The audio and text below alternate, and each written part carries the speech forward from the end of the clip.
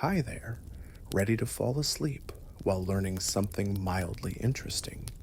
Tonight, we're diving into one of history's most devastating famines, and honestly, you probably won't survive this one, at least. Not if you'd been living in 1840s Ireland. Picture this. You're standing in your small stone cottage, looking out at endless fields of bright green potato plants stretching toward the horizon. The year is 1844, and life feels surprisingly stable for once. Your family has been growing potatoes for generations now, and this remarkable little tuber from South America has become your lifeline. So before you get comfortable, take a moment to like the video and subscribe, but only if you genuinely enjoy what I do here. And hey, drop a comment letting me know where you're watching from and what time it is there. I love seeing how this community spans the globe. Now dim the lights, maybe turn on a fan for that soft background hum, and let's ease into tonight's journey together. You've never known a world without potatoes. Your great-grandfather used to tell stories about the old days when people ate oats and barley, but those seem like fairy tales now. The potato changed everything when it arrived in Ireland back in the 1600s. Unlike those finicky grains that demanded perfect weather and rich soil, potatoes thrived in Ireland's boggy, unpredictable landscape. They grew in soil so poor that nothing else would take root, and they packed more nutrition per acre than any other crop your ancestors had ever seen. Your typical day revolves entirely around this miraculous vegetable.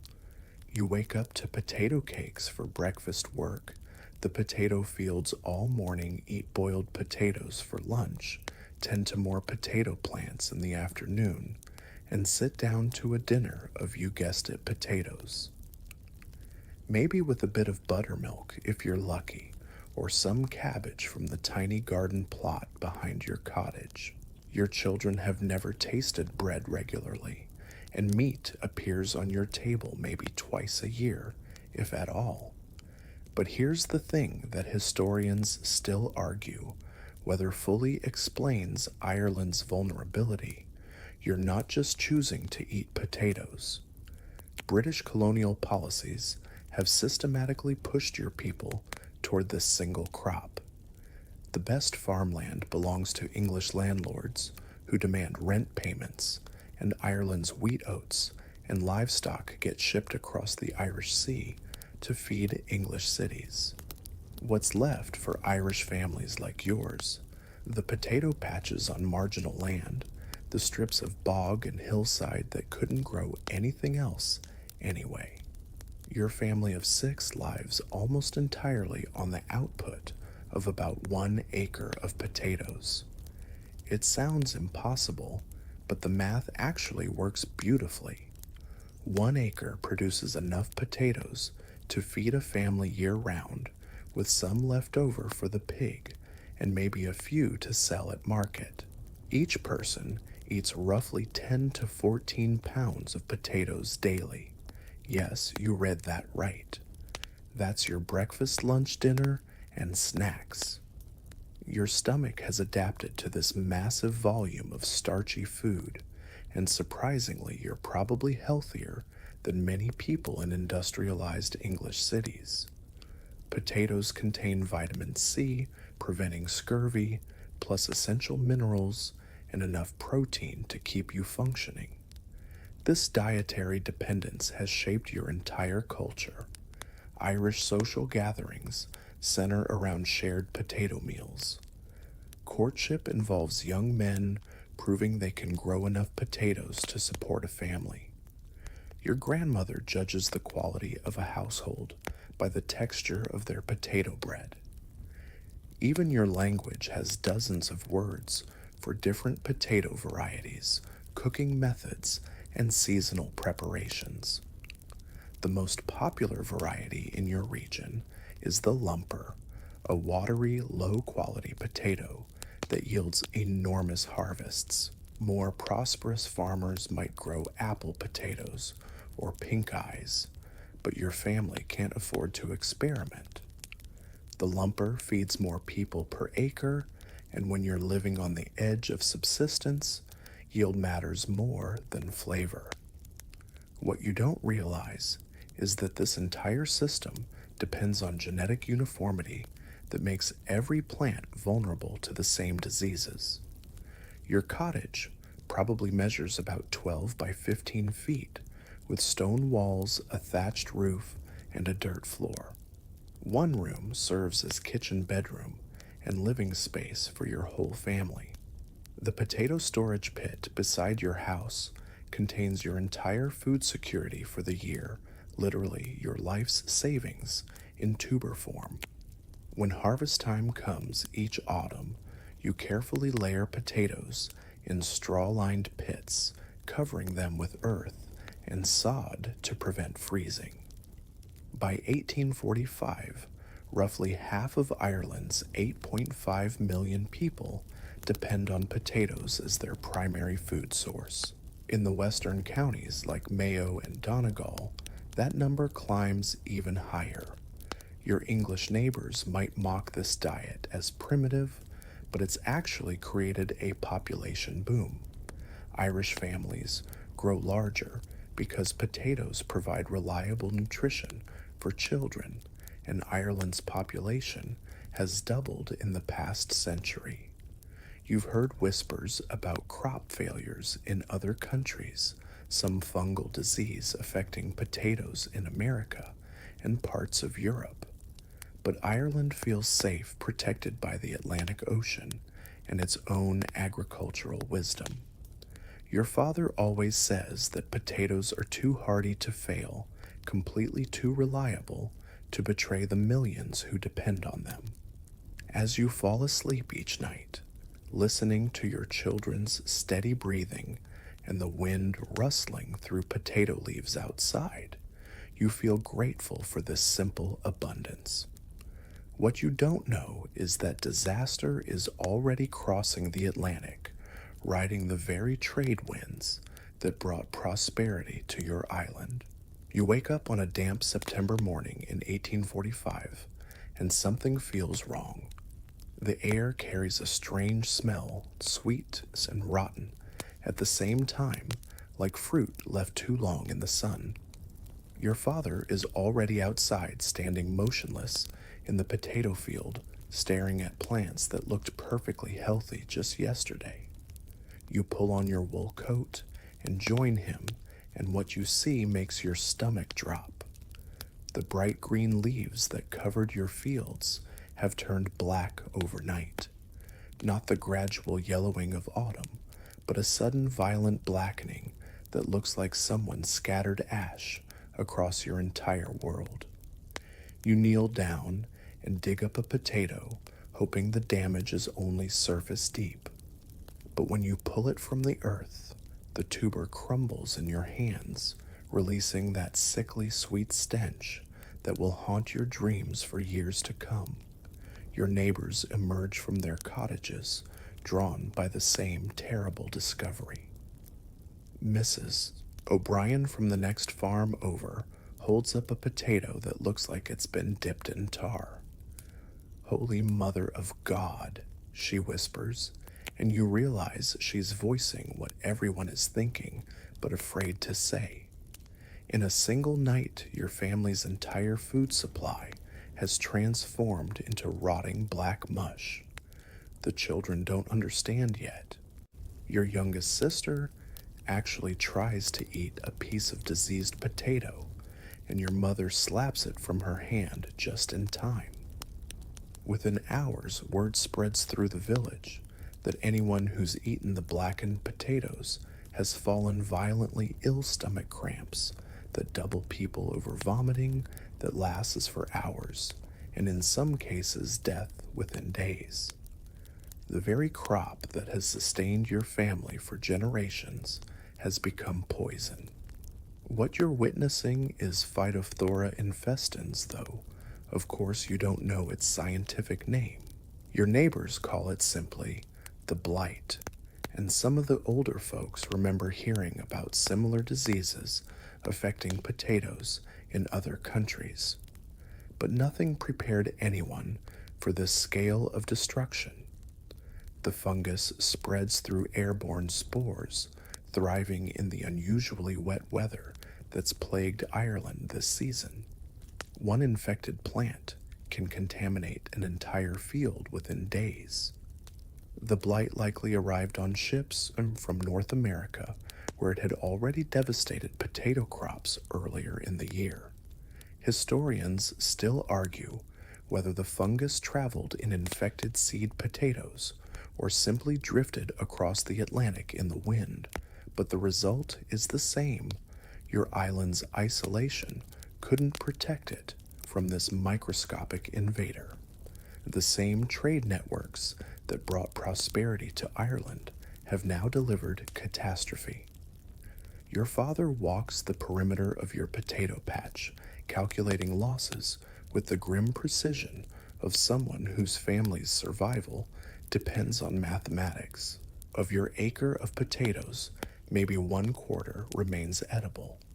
The rest has turned to black slime that seeps into the soil, creating a smell so foul that even your pig refuses to eat it. You watch him pull up plant after plant, desperately searching for healthy tubers, but finding only rot. The timing couldn't be worse. September is harvest season, when families across Ireland gather their food stores for the long winter ahead. Instead of filling storage pits with healthy potatoes, you're shoveling diseased mush into wheelbarrows and hauling it away from your cottage. The contaminated potatoes have to be buried far from living plants, but even that doesn't stop the spread. The blight moves through the soil, attacking any remaining healthy plants with ruthless efficiency. What makes this disaster particularly cruel is how suddenly it strikes. Unlike drought or flooding, which give farmers time to prepare, the blight transforms healthy crops into poison, literally overnight. Your family went to bed expecting a normal harvest and woke up facing starvation. The psychological shock is almost as devastating as the physical reality. How do you explain to your children that their primary food source has simply vanished? Your mother tries to salvage what she can, cutting away the blackened portions of partially infected potatoes and boiling the rest for hours. But even potatoes that look healthy on the outside often contain the fungus, and eating them means risking the same violent illness that's already killed several people in neighboring villages. The smell of rotting potatoes permeates everything: your clothes, your hair, even the walls of your cottage seem to absorb that sickly sweet odor. The blight doesn't discriminate. Rich landlords with extensive potato fields lose their crops alongside poor tenant farmers. But of course, the wealthy have alternatives. They can afford imported grain, preserved meats, and other food sources. Your family's survival depends entirely on those blackened plants, which means you're facing a crisis that the landlord class treats as merely an inconvenience. Within days, desperate families begin attempting to eat the diseased potatoes anyway. Hunger makes people take terrible risks, and watching your children's faces grow gaunt forces impossible choices. Some neighbors try boiling the blackened potatoes for hours, hoping heat will neutralize whatever's causing the illness. Others attempt to dry the rotting tubers, grinding them into flour that might be safer than whole potatoes. These experiments usually end in disaster. The toxins that make diseased potatoes dangerous don't break down easily, and families who eat them often suffer worse than simple hunger. Your village's small graveyard, which normally sees maybe 2 or 3 burials per year, suddenly requires new graves weekly. The parish priest, Father McKenna, runs out of holy water for last rites.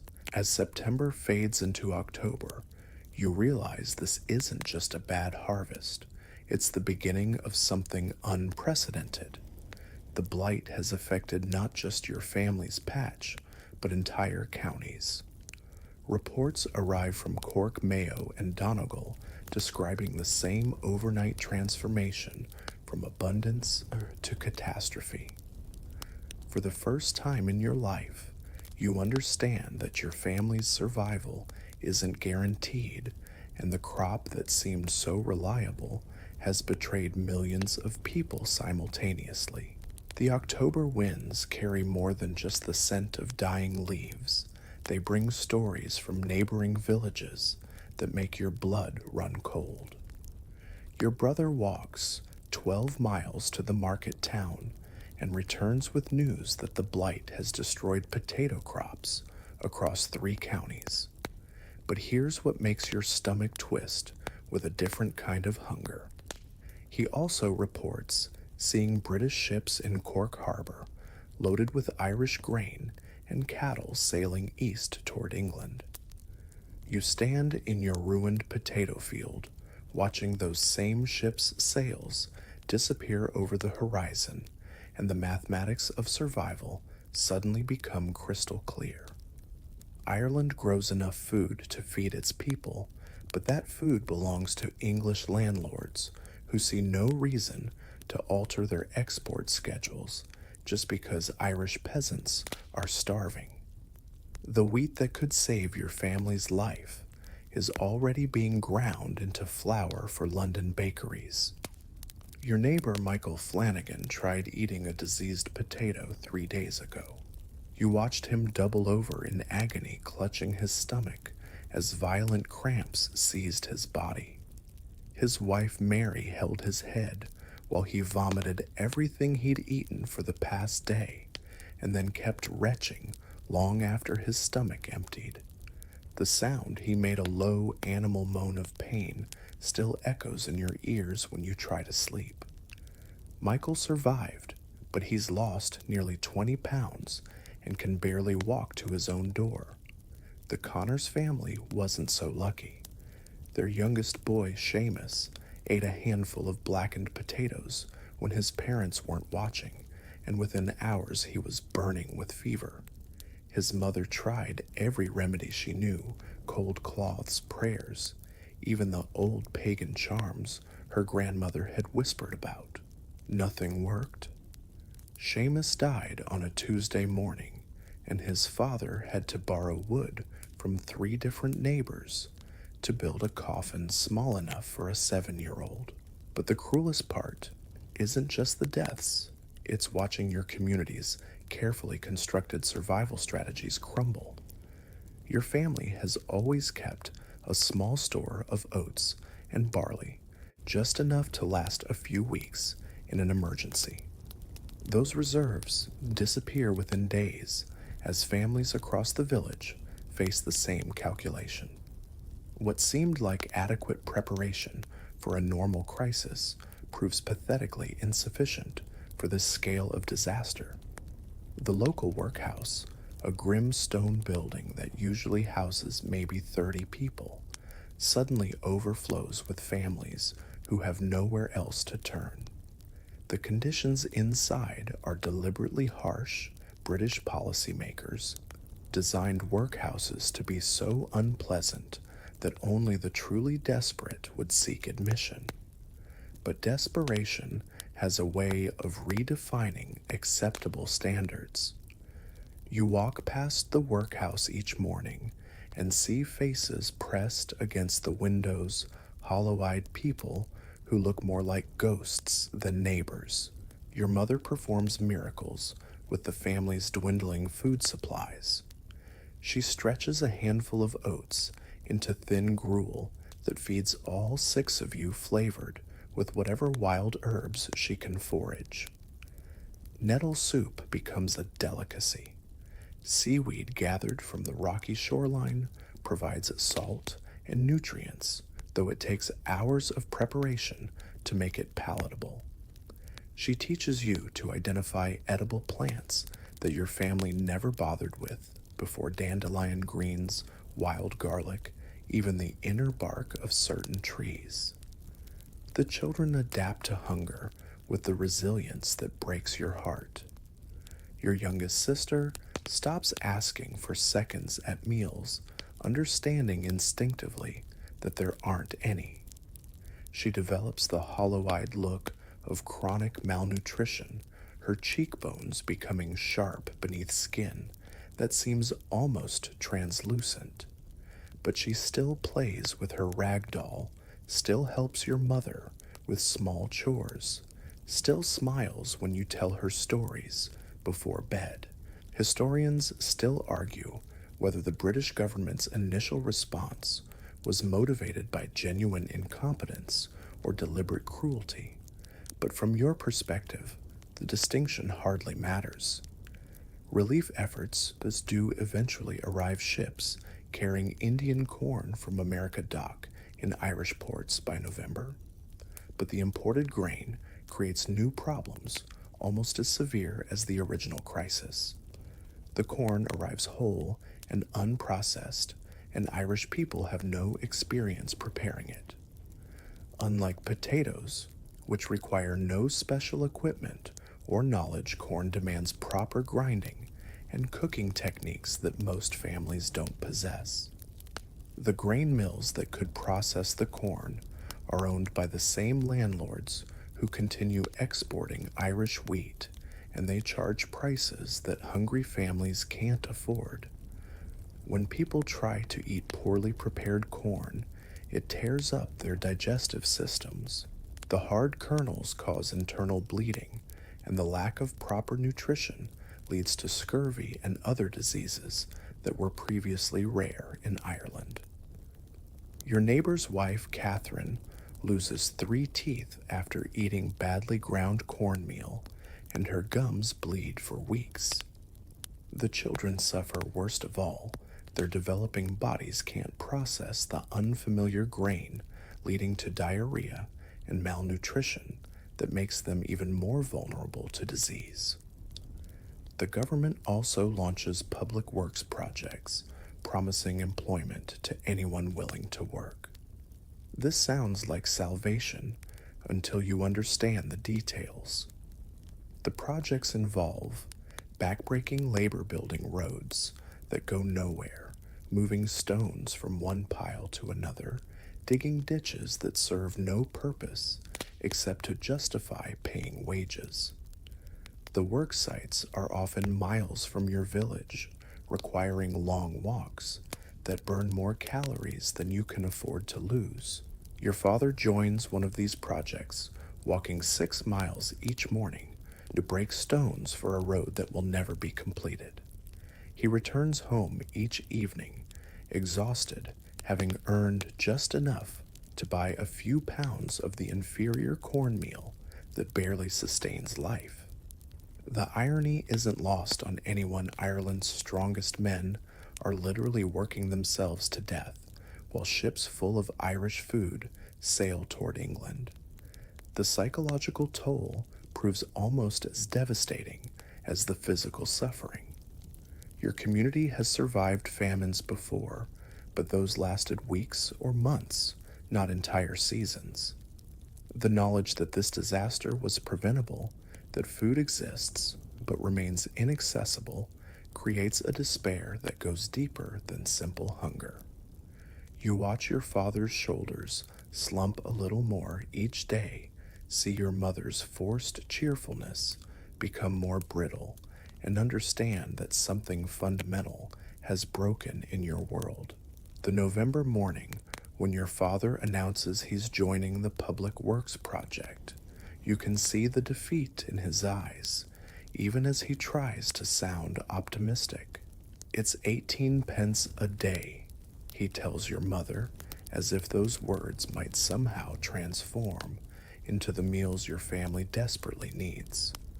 You watch him wrap his feet in rags because his boots wore through weeks ago, and you realize that even hope has become a luxury your family can't afford. The walk to the worksite takes him 3 hours each way. That's 6 hours of walking plus 10 hours of breaking stones just to earn enough money to buy a few pounds of that gritty Indian corn that tears up your stomach and leaves you hungry an hour later. Your father's daily routine becomes a death march disguised as employment, and the British officials who designed this system probably patted themselves on the back for their humanitarian generosity. You follow him partway one morning, curious about this salvation that's slowly killing him. The worksite looks like something from a fever dream. Hundreds of skeletal men moving stones from one pile to another, their movements slow and deliberate to conserve energy. The supervisor, a well-fed Englishman named Patterson, rides his horse along the line of workers, shouting at anyone who pauses to rest. "No work, no pay," he bellows, apparently unaware that men collapsing from exhaustion can't exactly maintain peak productivity. The most heartbreaking part is watching your father try to maintain his dignity. He's always been the strongest man you know capable of lifting potato sacks that would challenge 2 ordinary men. Now he struggles to carry stones that would have seemed like pebbles just months ago. His hands, once steady enough to thread a needle, shake constantly from weakness and cold. But he never complains, never admits that this relief work is actually accelerating his decline. The project itself is magnificently pointless. You're building a road that connects 2 places nobody wants to go using engineering techniques that guarantee it will wash away in the next heavy rain. The stones your father breaks with such effort will be scattered across the countryside within a year, leaving no trace except the graves of men who died building something that never needed to exist. But the British officials file reports about productive employment and infrastructure development as if moving rocks randomly across the landscape counts as economic progress.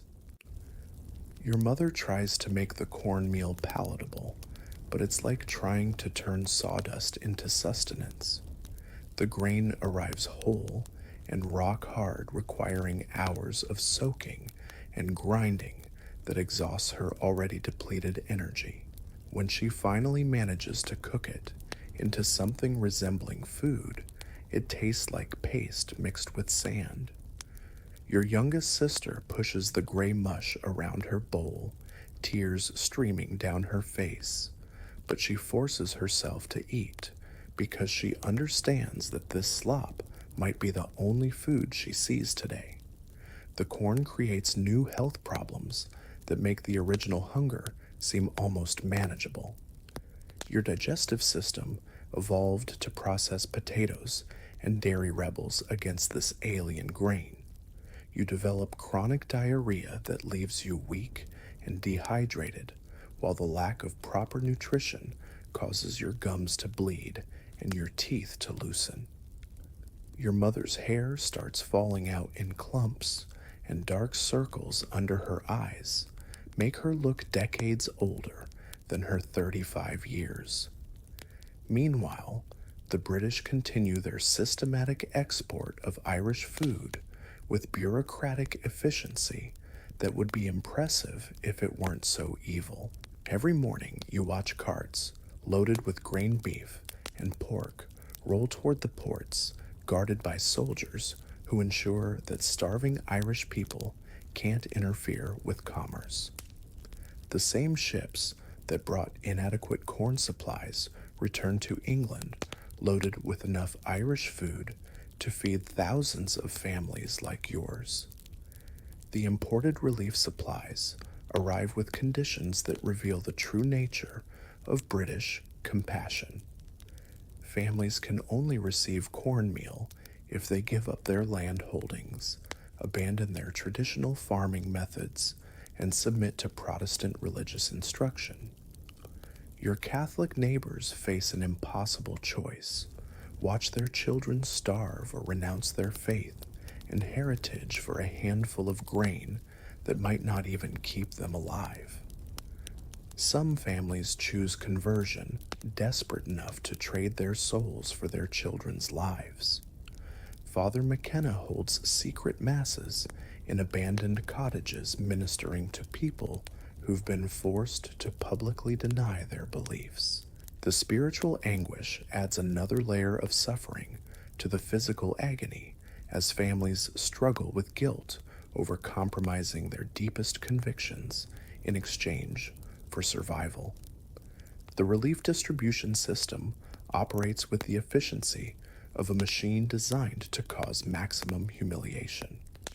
You stand in line for hours, watching British officials weigh out tiny portions of cornmeal while lecturing recipients about laziness and moral improvement. This generosity must not create dependency. They announce as if people choosing between starvation and degradation are somehow getting too comfortable. Thomas Malone, the man your father sometimes walks with to the work site, embodies the impossible arithmetic of this relief system. Every morning he leaves his cottage at dawn and walks 9 miles to the stone-breaking project. Every evening he walks 9 miles home, carrying the few pence he's earned and whatever scraps of food he can afford. His wife and 6 children wait for him each night, their survival depending entirely on his ability to continue this 18-mile daily death march. One Thursday evening in December, Thomas doesn't make it home. His body is found just a quarter mile from his cottage, collapsed in the mud, with his day's wages still clutched in his frozen hand. The medical examiner's report lists exhaustion as the cause of death, but everyone knows the truth. Thomas Malone was murdered by a relief system that demanded more energy than it provided, killed by the very program supposedly designed to save him. Historians still argue whether British officials genuinely believed their policies would help, or whether they deliberately designed systems to minimize costs while appearing humanitarian. From your perspective, watching neighbors die from relief work while Irish food feeds English cities, the distinction seems academic. The result is the same: a famine that could have been prevented became a genocide disguised as incompetence. The first time you see typhus, it's already too late. Your neighbor's eldest son, Patrick, who was working alongside your father on the stone-breaking project, comes home with what seems like a simple fever. Within days, his skin burns hot enough to warm the room, and dark red spots spread across his chest like spilled wine. His mother, Bridget, tries everything: cold cloths, herb teas, even the old charms her grandmother swore by. But typhus doesn't negotiate with folk remedies. The disease spreads through your village like wildfire in August grass. Typhus thrives in exactly the conditions that starvation creates: overcrowded spaces, poor sanitation, and bodies too weak to fight infection. The lice that carry the disease multiply in the unwashed clothes of people too exhausted to maintain basic hygiene. You scratch constantly now, feeling tiny insects crawling through your hair and across your skin, knowing that each bite might deliver the fever that's already killed a dozen people in your village. The workhouse becomes a death trap disguised as salvation. Families crowd into spaces designed for half their number, sharing beds, clothes, and the diseases that flourish in such conditions. The smell hits you from 50 yards away: unwashed bodies, human waste, and the sweet stench of death that seems to seep from the stone walls.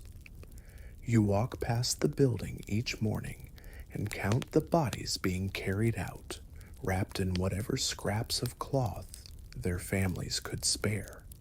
Your mother develops the hollow cough that signals the beginning of the end.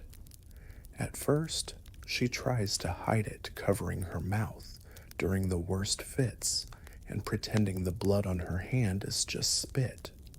But consumption doesn't stay hidden for long. The disease eats her from the inside out, turning her strong frame into a collection of sharp bones barely held together by translucent skin. She continues cooking what little food your family can find, but each meal costs her energy she can't afford to lose. The children die first and fastest, their small bodies lacking the reserves to fight both starvation and disease simultaneously. Your youngest sister Mary contracts dysentery that turns her into a ghost within days. She lies in the corner of your cottage, too weak to cry, while her body expels what little nutrition she manages to consume. The smell of sickness fills your one-room home, and you realize that even air has become contaminated with suffering. But what's almost worse than the diseases is watching your community's social fabric disintegrate. People who shared food during harvest season now hoard moldy crusts of bread like treasure. Neighbors who once helped each other through difficult times cross the street to avoid contact with anyone who might be carrying disease.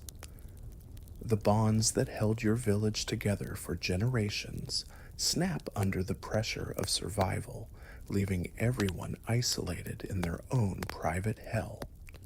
The local doctor, Dr. Murphy, abandoned his practice in October when it became clear that medicine couldn't compete with starvation. He left behind a few bottles of laudanum and a note explaining that he'd accepted a position in London where patients could actually pay for treatment.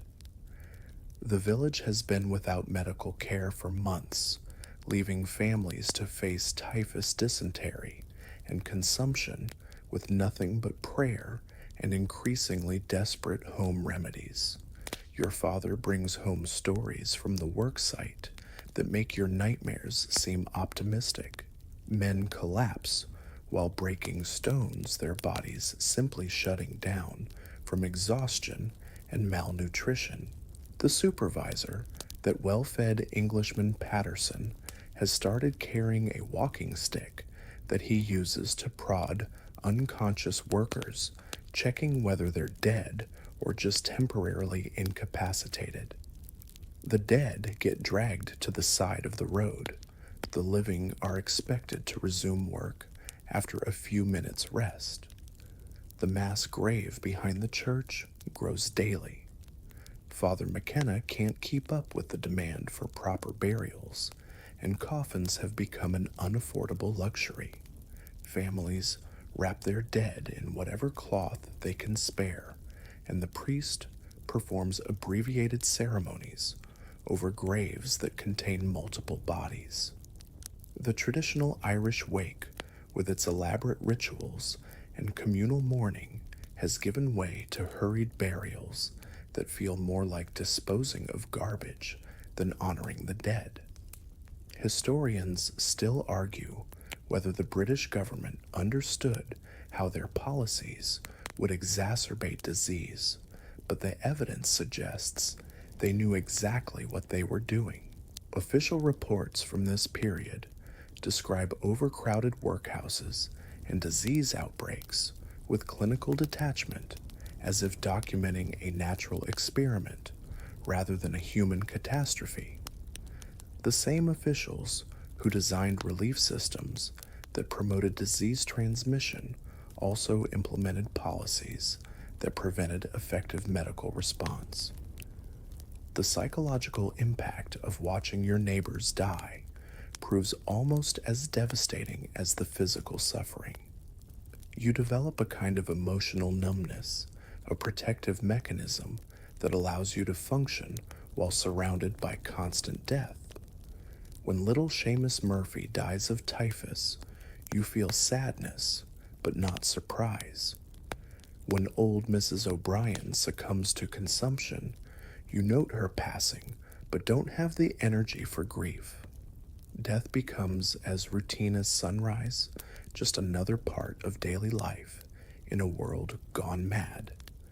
Your mother's condition worsens daily, but she continues trying to care for the family with stubborn determination that breaks your heart.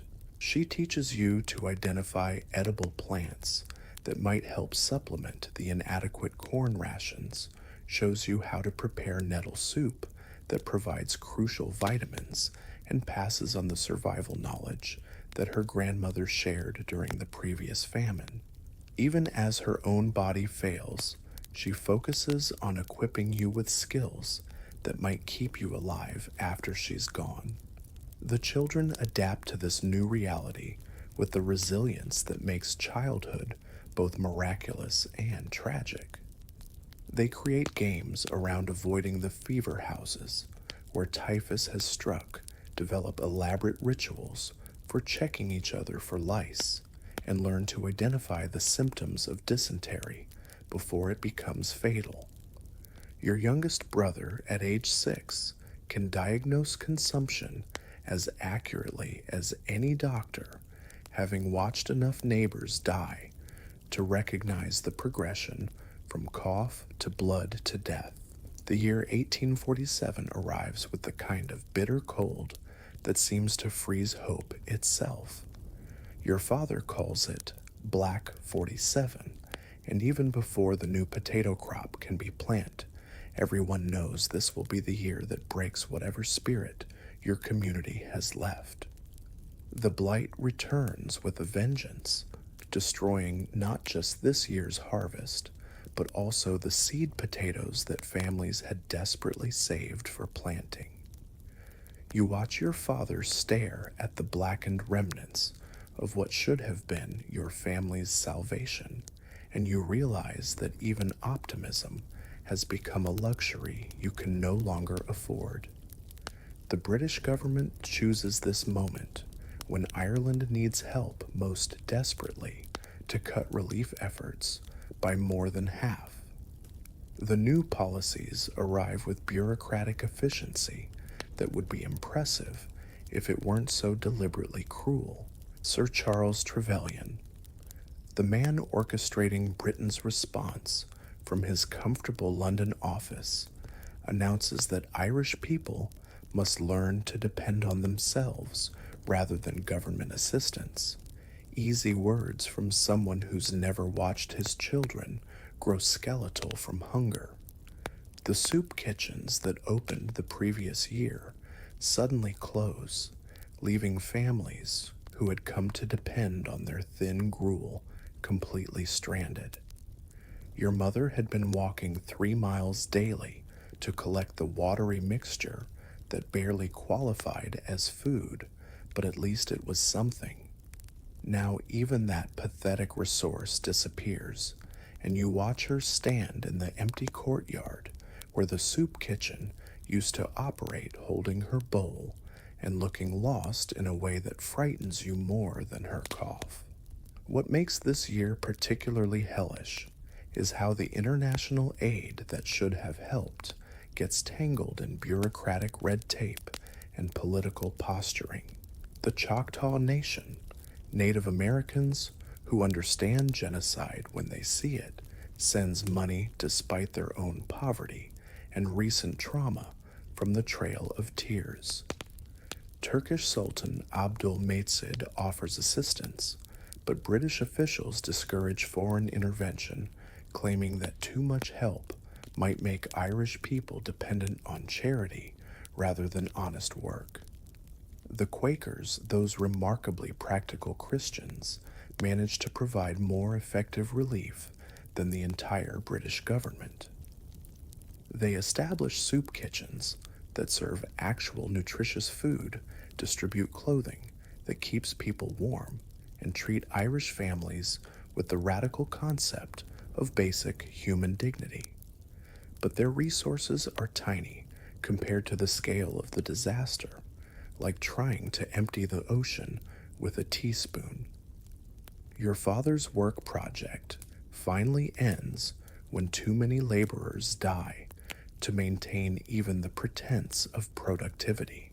The road he spent months building washes away in the spring rains, leaving nothing but scattered stones and the graves of men who died creating something that never needed to exist. He returns home permanently, but without work, your family's income drops to literally nothing. The few pence he earned breaking stones was barely enough to buy cornmeal, but 0 pence buys exactly nothing. The evictions begin in earnest now, as landlords decide that empty land is more profitable than land populated by starving tenants who can't pay rent. Your neighbor's family, the Kellys, gets thrown out of their cottage on a Tuesday morning. You watch English soldiers drag their few possessions into the road while Mrs. Kelly clutches her infant and begs for more time.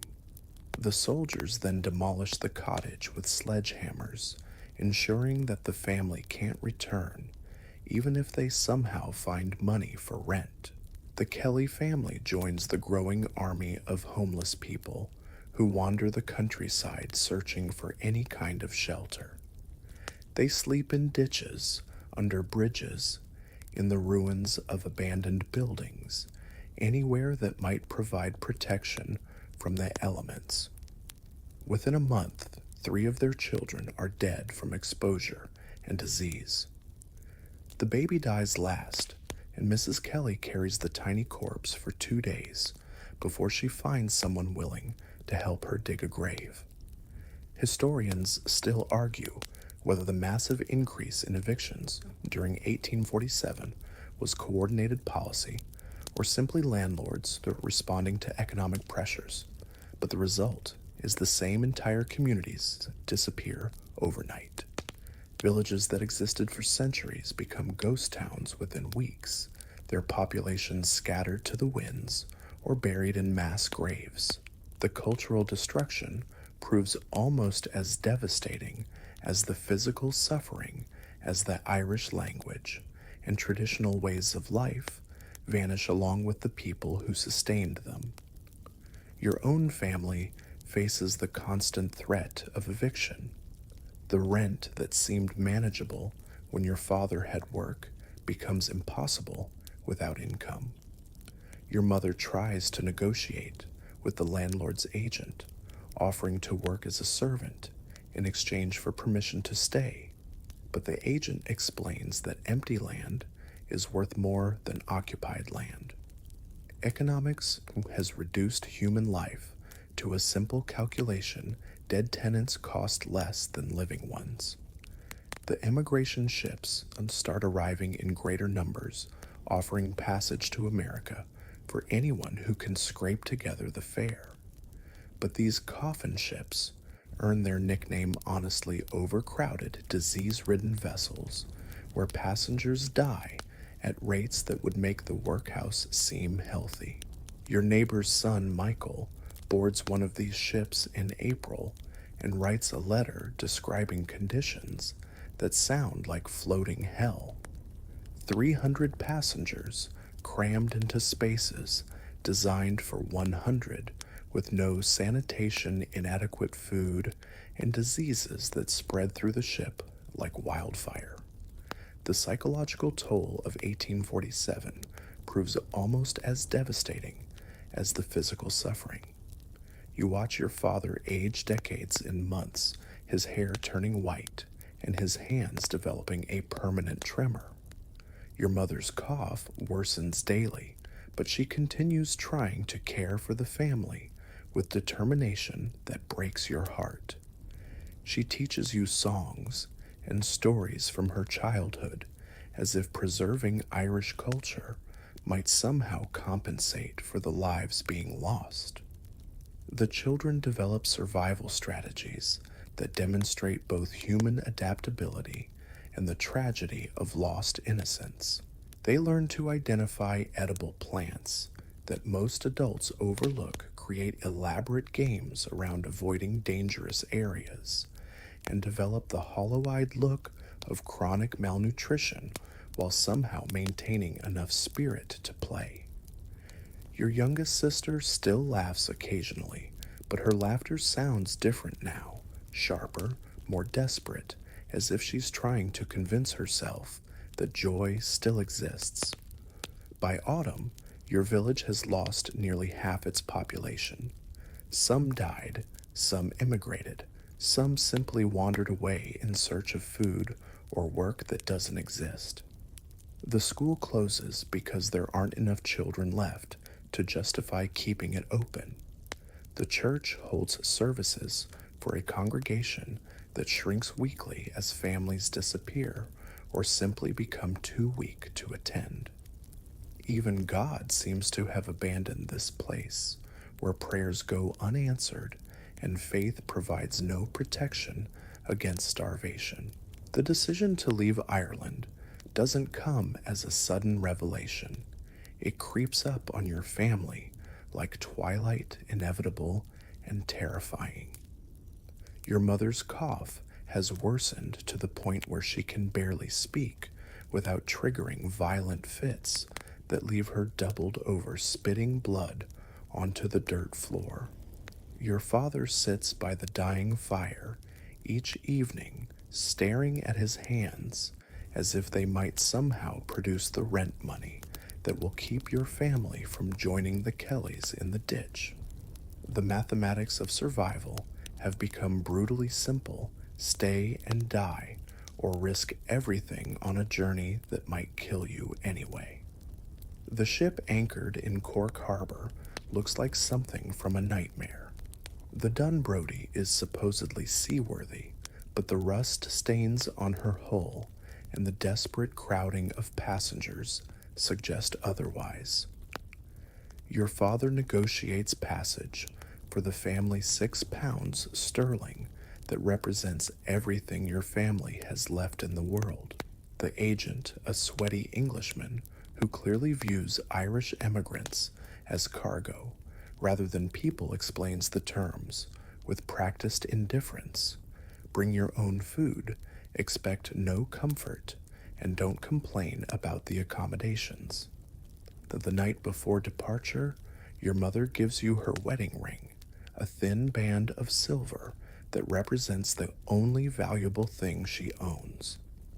For when we reach America, she whispers, but you both know she's really saying goodbye.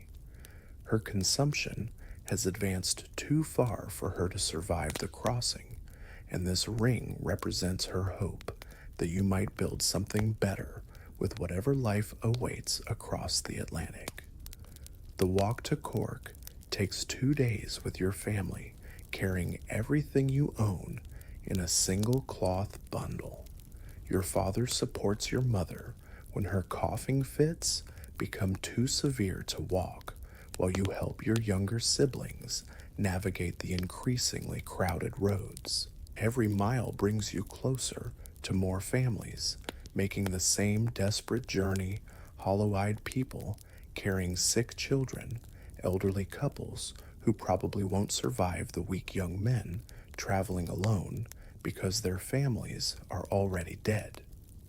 The scene at Cork Harbor defies description. Thousands of people crowd the docks, waiting for ships that may or may not have space-clutching tickets, that may or may not be honored, carrying possessions that may or may not be allowed aboard. The smell of unwashed bodies, human waste, and desperation creates an atmosphere that makes the workhouse seem pleasant by comparison. Children cry constantly, their voices creating a soundtrack of misery that drowns out even the sound of the waves. Your family spends 3 days sleeping on the dock, waiting for the Dunbrody to finish loading cargo. The ship's captain prioritizes profitable freight over human passengers, so you watch crates of manufactured goods disappear into the hold while families with valid tickets remain stranded on shore. Your mother's condition deteriorates rapidly in the cold, damp air, and you realize that even reaching the ship might not matter if she's too sick to survive the journey. The boarding process reveals the true nature of coffin ship travel.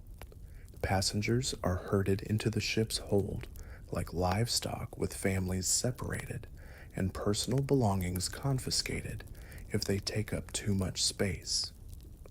Your family is assigned to a space measuring roughly 6 feet by 6 feet, which must accommodate all 6 of you for the next 6 to 8 weeks.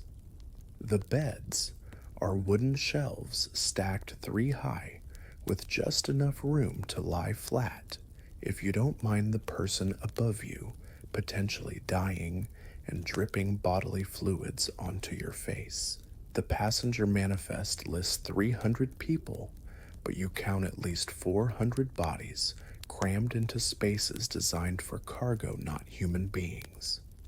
The ship's doctor, a drunk Irish medical student who couldn't find work anywhere else, makes a cursory inspection of the passengers, but his medical examination consists mainly of checking that people are still breathing.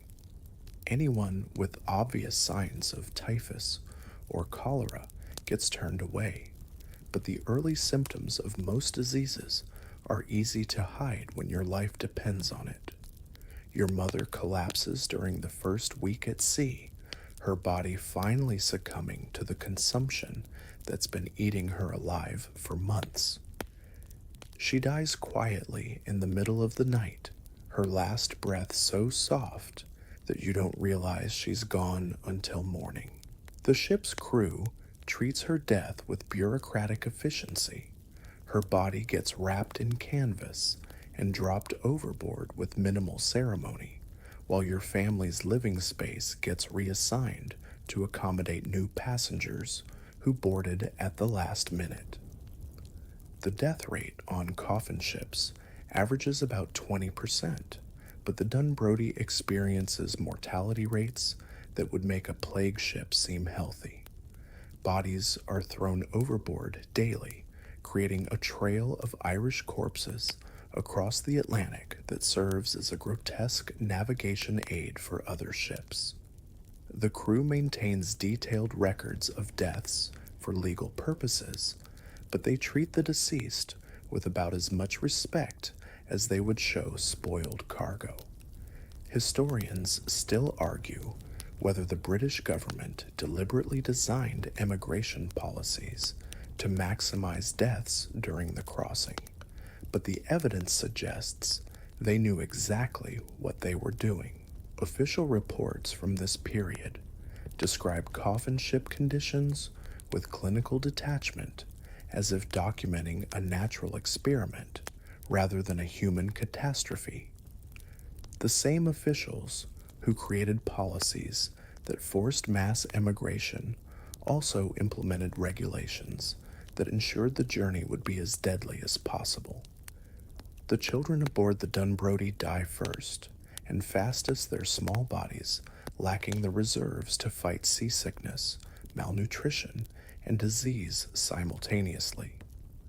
Your youngest sister, already weakened by months of inadequate nutrition contracts, dysentery during the second week, and dies within days. Her death hits your father harder than your mother's, perhaps, because children aren't supposed to die before their parents, or perhaps because he's finally reached the breaking point where grief becomes too heavy to carry. The psychological impact of watching your family disintegrate proves almost as devastating as the physical suffering. You develop a kind of emotional numbness that allows you to function while surrounded by constant death. But this protection comes at the cost of your ability to feel hope or joy. When other passengers die, you note their passing but don't have the energy for grief. Death becomes as routine as sunrise, just another part of daily life in a floating hell. The ship's food supplies run out during the fourth week, leaving passengers to survive on whatever scraps they brought aboard. Your family's meager provisions, some oats, a few pounds of hard bread, and a small amount of salt pork disappear quickly when shared among the sick and dying. Hunger becomes a constant companion, gnawing at your stomach and making it difficult to think about anything except food. You return to Ireland in the spring of 1848 with two siblings, instead of five, carrying nothing but the clothes on your back and memories that will never fade. The village you left behind has nearly vanished. Cottages stand empty with their roofs, collapsed fields lie fallow and overgrown, and the few remaining residents move like ghosts through a landscape that no longer seems capable of supporting life. Your own cottage still stands, but the landlord's agent has nailed boards over the windows and posted an eviction notice that's weathered to illegibility. The art of survival has evolved into something your grandparents never could have imagined. You've learned to identify dozens of edible plants that most people would dismiss as weeds, dandelion greens that provide crucial vitamins, nettle leaves that can be boiled into nutritious soup, even the inner bark of certain trees that can be ground into flour when mixed with whatever grain you can find. Your stomach has adapted to foods that would have seemed revolting just 3 years ago, and you've developed the hollow-eyed look of chronic malnutrition that marks famine survivors. The shoreline becomes your supermarket, providing seaweed that contains essential nutrients and shellfish that can be gathered at low tide. You spend hours wading through tidal pools, collecting mussels and periwinkles that taste like ocean-flavored rubber but provide protein that your body desperately needs. The knowledge that your great-grandmother possessed about coastal foraging, dismissed as primitive superstition during the potato boom years, now represents the difference between life and death. Your father has developed the 1,000-yard stare of someone who's seen too much horror to process. He speaks in monosyllables when he speaks at all, and his hands shake constantly from a combination of malnutrition and what we now recognize as trauma. The strong man who once lifted potato sacks with ease now struggles to carry a bucket of water, his body consuming muscle tissue to fuel basic survival functions. But he continues searching for work with stubborn determination, walking miles to inquire about employment that doesn't exist. The eviction process has become systematized, with landlords hiring professional crews to clear their lands with industrial efficiency. You watch these crowbar brigades demolish entire villages, their members showing about as much emotion as farmers harvesting wheat. The Mahan family gets thrown out of their cottage on a Monday morning, and by Tuesday evening, their home of 30 years has been reduced to a pile of stones. The family joins the growing army of homeless people who sleep in ditches and abandoned buildings, their children developing the glassy-eyed look of starvation. The landscape itself seems to be dying. Fields that once supported thriving communities now lie empty, reverting to bog and bramble with shocking speed. The carefully maintained stone walls that divided properties crumble without maintenance, and the network of paths that connected villages becomes overgrown with weeds. Ireland is literally disappearing, transforming from a populated countryside into a wilderness marked only by ruined cottages and abandoned graveyards. Your surviving siblings have aged decades in months, developing survival instincts that would impress hardened soldiers. Your brother, now 12, can identify the symptoms of typhus from 50 yards away and knows which abandoned buildings might contain edible scraps. Your sister, barely 10, has learned to set snares for rabbits and knows which berries are safe to eat. They've lost the innocent curiosity of childhood, replaced by a grim pragmatism that focuses entirely on staying alive. The traditional Irish social structure collapses under the weight of survival. The elaborate codes of hospitality that once governed rural life disappear when offering food to a stranger might mean watching your own children starve. Neighbors who once shared everything now hoard moldy crusts like treasure, and the bonds that held communities together for generations snap under the pressure of desperation. Trust becomes a luxury that hungry people can't afford. Historians still argue whether the British government's land policies during this period were designed to depopulate Ireland or simply reflected economic priorities that treated human life as expendable. The evidence suggests both motivations played a role, creating a perfect storm of deliberate cruelty and bureaucratic indifference.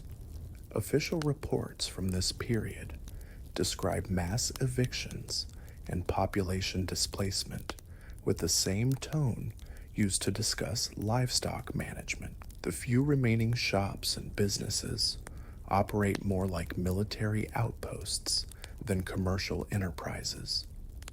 The shopkeeper in the next village over Murphy has barricaded his store and keeps a loaded musket behind the counter. He sells what little food he can obtain at prices that would have seemed criminal just a few years ago, but desperation has a way of redefining market values. A pound of flour that once cost a few pence now demands a day's wages, assuming anyone still has wages to spend. Your family's daily routine revolves entirely around the search for food. You wake before dawn to gather seaweed before the tide comes in, spend the morning foraging for edible plants, and dedicate the afternoon to checking snares and searching abandoned cottages for anything useful. The evening meal, if you can call it that, consists of whatever you've managed to find, cooked into a thin soup that provides more hope than nutrition. The children who survive develop a particular kind of resilience that combines practical skills with emotional numbness. They can identify edible plants with the expertise of trained botanists, but they rarely smile or laugh. They've learned to ignore the constant gnawing of hunger, to sleep despite the cold, and to function with the kind of chronic malnutrition that would have killed them quickly just a few years ago. Their bodies have adapted to starvation, but the psychological cost remains hidden beneath their stoic expressions. The religious faith that once provided comfort and meaning begins to crack under the weight of unanswered prayers. Father McKenna still holds services, but his congregation has dwindled to a handful of elderly people who attend more from habit than conviction. The church itself is falling apart, with broken windows and a leaking roof that the parish can't afford to repair. Even God seems to have abandoned this place, where faith provides no protection against starvation. The few families who remain in your village have developed an unspoken agreement to share information about food sources while maintaining fierce competition for the resources themselves. You might warn a neighbor about a dangerous patch of poisonous berries, but you'd never reveal the location of a productive foraging spot. This creates a community held together by mutual dependence and mutual distrust, a social structure that reflects the impossible choices imposed by chronic hunger. The winter of 1849 brings a silence that feels more terrifying than any storm. Your village once buzzed with the constant activity of daily life children playing, neighbors calling to each other across stone walls, the rhythmic sounds of farm work that marked the seasons. Now you walk through streets where grass grows between the cobblestones, where empty cottages stare at you with dark windows like the sockets of skulls. The very concept of community has become a memory replaced by scattered individuals focused entirely on personal survival. The Irish language dies with its speakers. Your grandmother's generation spoke nothing but Gaelic, your parents were bilingual, and now you find yourself thinking primarily in English because there's no one left to speak Irish with. The ancient songs that once accompanied every gathering are forgotten. The stories that connected your family to centuries of ancestors fade into silence, and the elaborate oral traditions that preserved Irish culture simply vanish when the people who carried them starve to death. The children who survive this catastrophe bear scars that will never heal. Your remaining brother has developed the hollow-eyed stare of someone who's seen too much death, and he rarely speaks except to report practical information about food sources or potential dangers. Your sister, once bright and curious, now flinches at sudden movements and hoards scraps of food with the obsessive intensity of someone who's learned that tomorrow might bring nothing. They've lost the ability to trust that adults can protect them because they've watched adults fail repeatedly. The traditional Irish approach to education collapses along with everything else. The hedge schools that once provided learning, despite British restrictions, can't function when teachers are dead or emigrated and students are too weak from hunger to concentrate. The few books that families owned have been burned for fuel, and the oral tradition that preserved historical knowledge disappears when the elders who carried it die without passing it on. An entire civilization's intellectual heritage vanishes in less than a decade. The social institutions that once defined Irish rural life simply cease to exist. The elaborate patterns of cooperation that governed planting and harvesting become irrelevant when there's nothing to plant or harvest. The traditional matchmaking systems that arranged marriages collapse when there are no young people left to marry. Even the funeral customs that honored the dead must be abandoned when there are too many bodies and not enough living people to bury them properly. Your father finally breaks during a particularly harsh February night. You wake to find him sitting by the cold fireplace, rocking back and forth and muttering about the children he couldn't save. The strong man who once lifted potato sacks with ease now weighs perhaps 100 pounds, his body having consumed muscle tissue to fuel basic survival functions. But worse than his physical deterioration is the look in his eyes, the recognition that he's failed at the most basic parental duty of keeping his family alive. The landscape itself reflects the social collapse. The carefully maintained stone walls that divided properties crumble without maintenance, creating a countryside that looks like a war zone.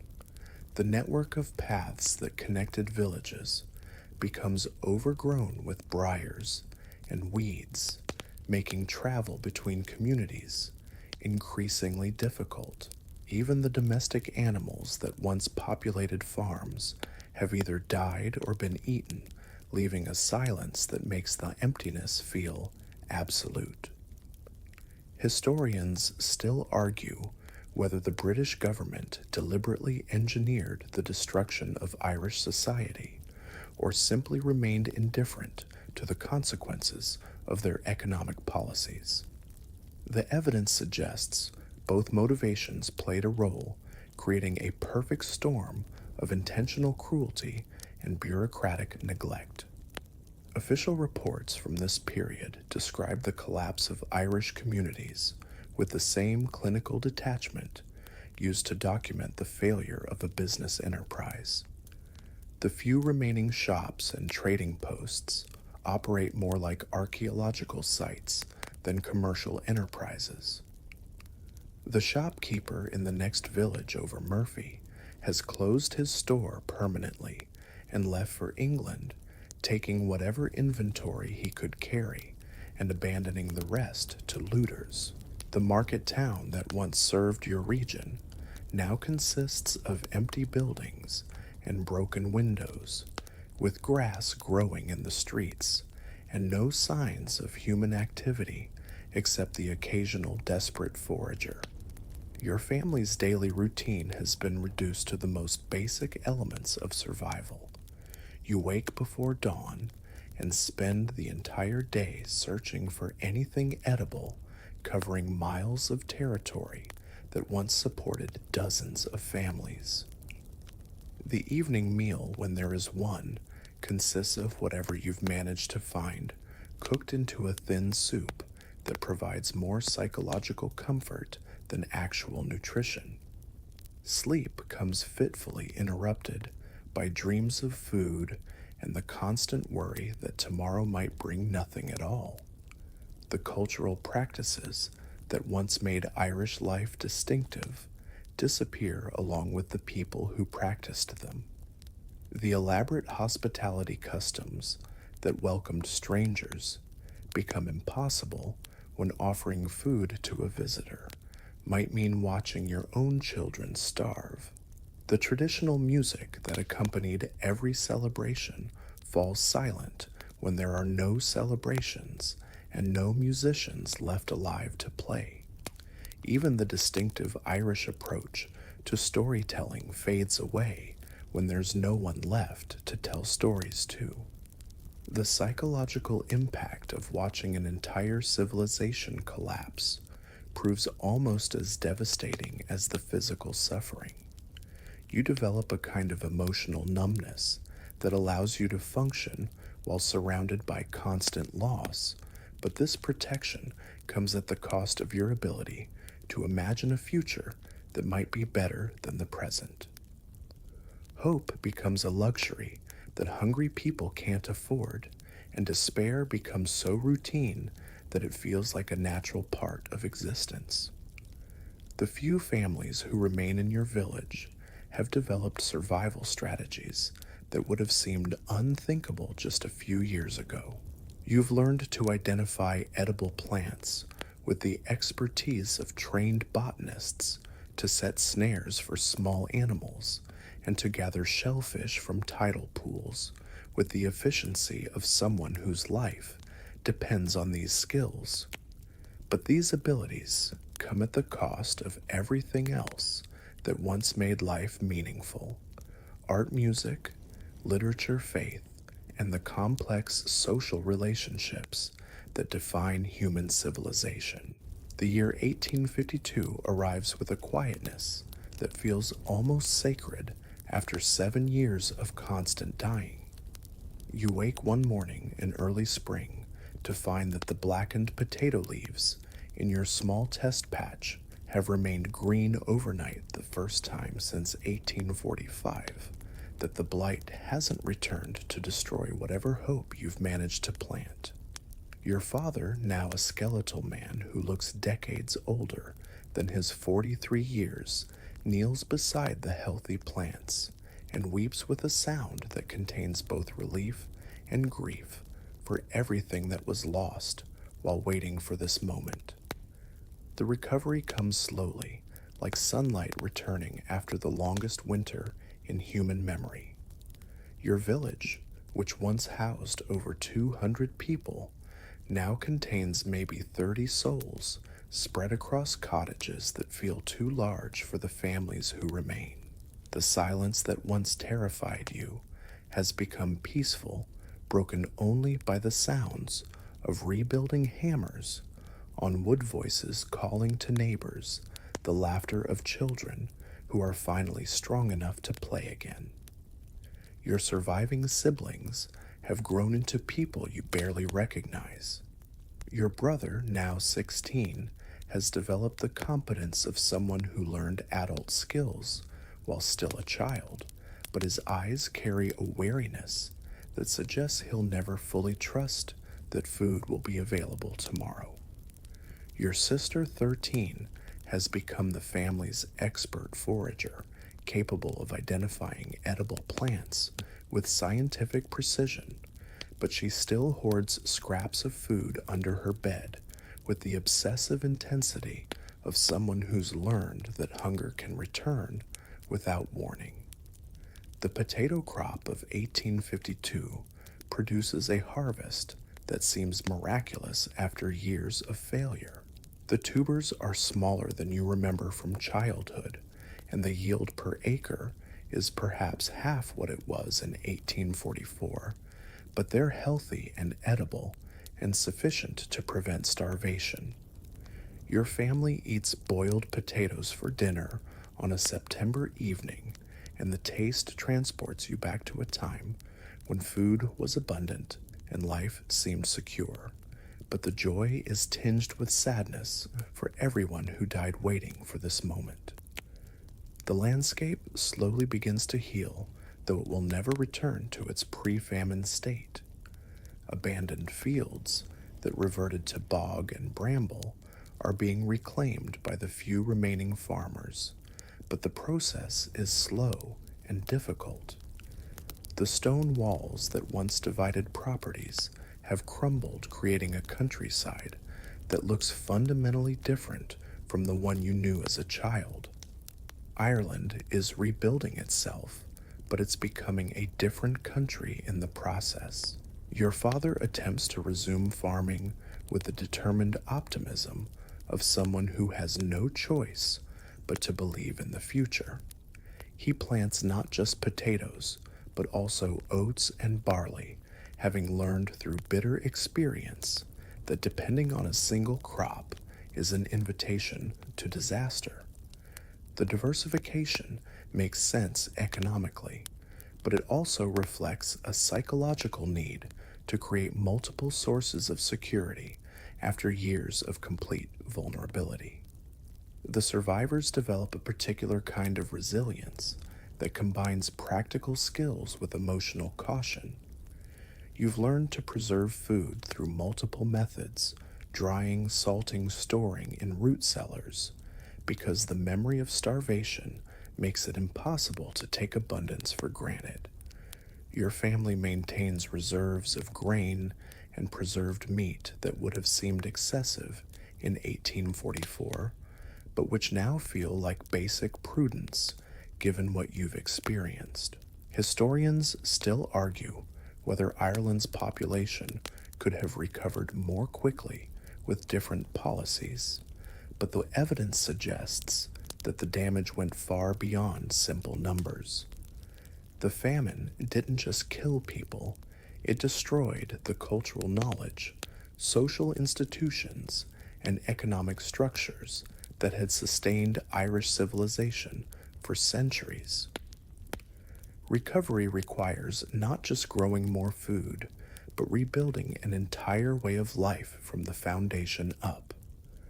The few young people who remain in your village approach marriage and family planning with a caution that reflects hard-learned lessons about survival. Your neighbor's daughter Mary postpones her wedding until her family has accumulated enough resources to support children, having watched too many infants die from malnutrition to risk reproduction without adequate preparation. The traditional Irish approach to large families gives way to careful planning that prioritizes the survival of existing children over the creation of new ones. The church begins to rebuild its congregation, but Father McKenna's sermons now focus more on practical survival than spiritual salvation. He teaches families how to preserve food organize mutual aid networks, and maintain the social bonds that prevent communities from dissolving under pressure. His faith has been tested by years of unanswered prayers, but it has evolved into something more pragmatic and more focused on earthly concerns than heavenly promises. The memory of the famine becomes a permanent part of Irish consciousness, passed down through stories that parents tell their children and grandchildren. But these aren't the romanticized tales of heroic survival that later generations might expect. Their practical warnings about the importance of food security, the dangers of depending on single crops, and the need for communities to support each other during difficult times. Your family's daily routine gradually returns to something resembling normalcy, but it's a new kind of normal that incorporates the lessons learned during 7 years of catastrophe. You still wake early to tend the diversified crops, but you also spend time gathering wild foods and maintaining the foraging skills that kept you alive. The evening meal includes potatoes, but it also includes preserved meat, dried vegetables, and other foods that provide security against future crop failures. The recovery brings with it a bittersweet recognition of what was lost forever.